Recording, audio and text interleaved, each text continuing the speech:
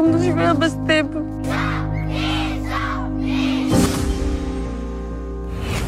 Какво? Ти си ме лъгала през цялото време. Не ме търси повече. Мислихте за приятел, бе! Фак! Казвам ти, че съм влюбен в момиче, което заслужава. Първият път, в който се виждаме от около 2-3 седмици и тогава, когато се видяхме, аз осъзнах, че тя вече не ме харесва.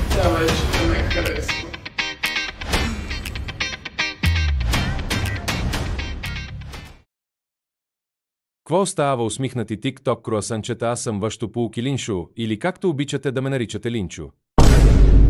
Както и да е това, бих ви го простил, но има нещо, което не бих ви простил. Как може да изпростявате с всяка изминала секунда от вашият живот? Дори аз вече не мога да повярвам какви кухилейки сте. Вече сериозно почвам да се замислям дали хората не сме някакъв социален експеримент на извънземните. Това видео се принудих да го направя заради множеството коментари под видеото на Даниел Лъчев. Под видеото може да намерите коментари от всяка прослойка на обществото, от опосуми с мозъчни травми, причинени от лопата, до истински данъкоплатци. Ето, например, този коментиращ е доста напрегната, защото открих цели 2 негови коментара, в които се чуди какво съм аз.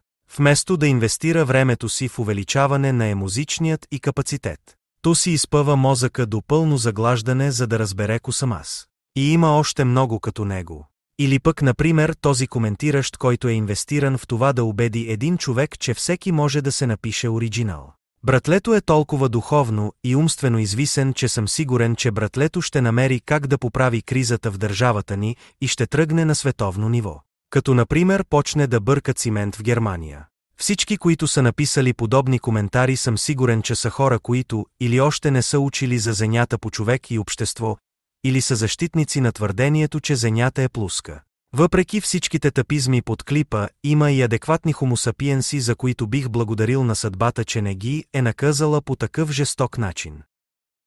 Леле, колко си ми сладка, мисля да ти дам близалка, дай ми малко да те цункам, по-красивата му цунка. Леле, колко си ми сладка, мисля да ти дам близалка, дай ми малко да те цункам.